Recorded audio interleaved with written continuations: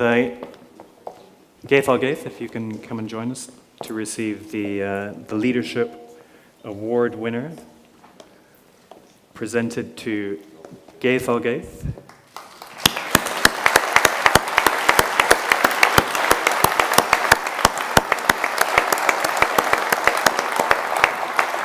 Congratulations.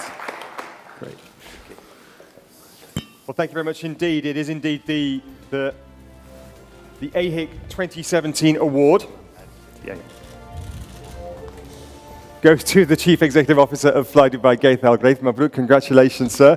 Thank you very much indeed. Please have a seat. Ghaith Al-Ghaith has very kindly agreed to answer a few questions. And I'm going to start, if I may, with the citation that the advisory board gave and why they were particularly keen that you received this leadership award. This is what the advisory board had to say. They chose to acknowledge and thank Mr. Al-Ghaith for his role in flyDubai's success. flydubai has paved the way for the growth of the budget and mid-market traveler generally, not just in aviation, but travel generally, which has in turn opened this segment to hotel investors and operators. So it's not just the success of the airline, although that's a great success story. The impact it's had on this region is incredible. My first question is about your network. Is it 93 destinations we're at now? Well, first, can I say something? Yes, please do say yes. Well, thank you. Well, thank you very much for honoring me, and I really, this must be the best award I've got. For many reasons, of course, because it was presented by my mentor and the guy or the sheikh, the friend that is responsible for everything that's good about what we have done and what I've done myself. I will never be the Ghaith I am without His Highness support. Your Highness, thank you very much.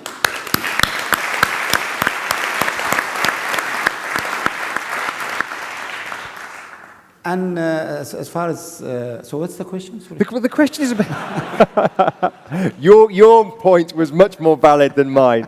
But the point is about this contribution to the region, because of your 93 destinations, 62, I think, were previously underserved routes, including destinations that did not previously have direct air links to Dubai. It's connecting places that were not connected before. You know, let's talk first about starting the airline. And when His Highness gave me the responsibility to start the airline, and we were with Emirates, it was something that sounded good, felt good, but you know, we really had a plan, and we knew that this will be such a big thing, that there is a big gap.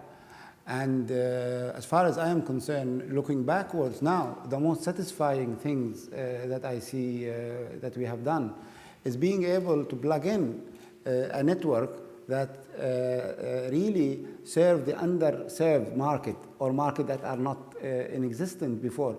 Because, you know, in this region, we always said that we are in the center of our 2.5 billion people, but that's just a statement. But actually, when you go and look and you find that there is places that are require flights, and then look for them, it's been fantastic. So these 50 plus routes that we operated to.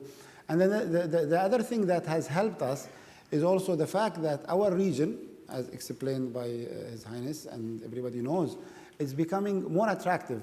The Dubai and the United Arab Emirates is not the same that it used to be 20, 30 years ago. There is a bigger pull. So everywhere you go now, there are people who want to come here. So this is how this idea developed, and then the routes that we have developed, and then the frequency that we have developed to these routes that created a better access to come to the United Arab Emirates from all of these places, and this is something that we are very proud of. Oh, and one of the contributors to the UAE's success has been its openness, the Open Skies Agreement, and of course His Highness has been instrumental in promoting that over the years and decades, and visas as well. Just within the past year, visa on arrival for Chinese visitors, visa on arrival for Russian visitors. And I know you're very aware of the benefits that's had to the UAE, but you look at some other countries, perhaps, I don't know, India is one you've mentioned, and they don't reap those benefits. Well, I thought there was a question also about what are the challenges to our future. Actually, there are two challenges: open skies and border control. And then yes, and if you look at every good thing that has happened here in the United Arab Emirates and in Dubai especially, is a reflection of our liberal policy regarding open sky and visa control. Because we are here in a region, it's not like Europe, where you have one customer that fits all. So one rules fits all the countries. We live in a region where every country has different rules. So, and then there are different people. In our country here, 80% of the people who lives in the United Arab Emirates must be from a different nationality. So for them to travel in this short sector to go to and from, they need also visa. So we have to relax these rules.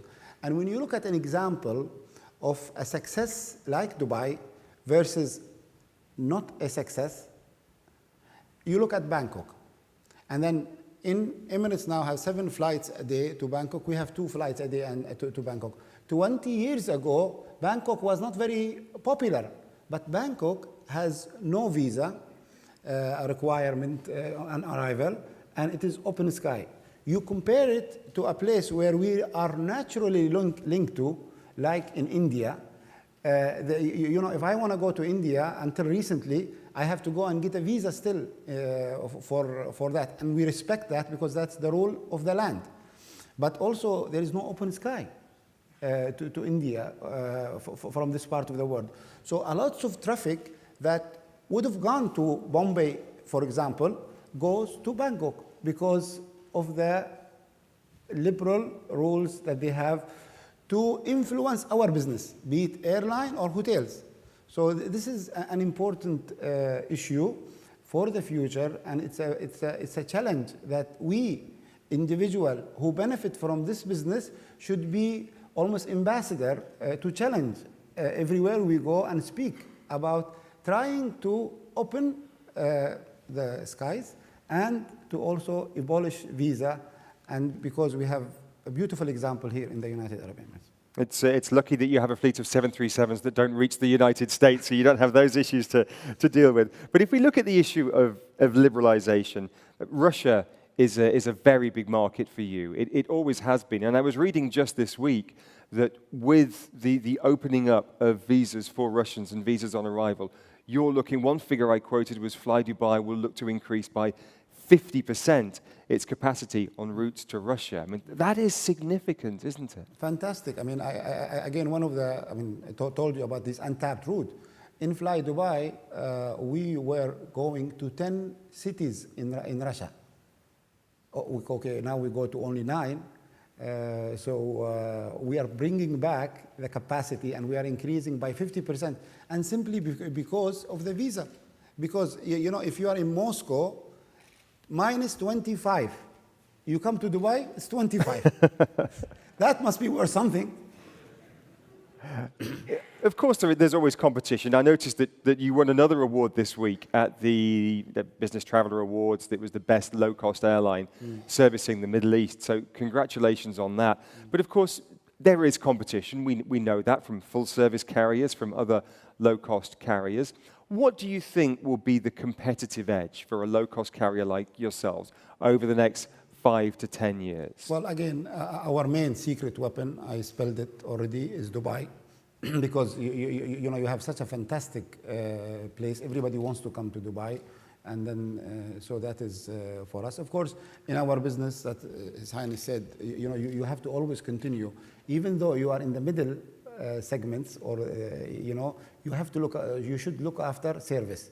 So you have to always challenge and provide services that people would like. For example, the aircraft has to always be very comfortable. It has to look good. The service of the staff has to be 100%.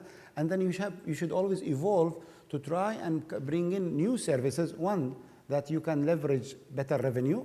Two, you can be competitive. Like in our case, in Fly Dubai, we've introduced television, connectivity, things like this. So we are in our industry, we should continue to evolve and provide more services. I remember actually, you know Richard Quest from CNN, Sure.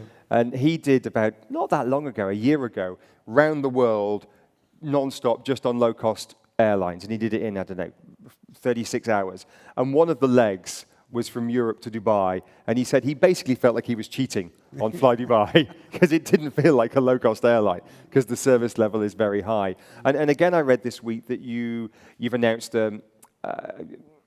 partnerships or deals with designers of cabins and designers of seats to constantly keep on improving that in-cabin experience. And I guess that is a necessity. You have to keep, you get to a certain level, constant improvement. Do you feel that pressure? For sure, for sure. I mean, we are bringing our new aircraft, the MAX, which we will receive this summer. We'll start operation in September. And for that aircraft, we already get about 15% improvement in efficiency.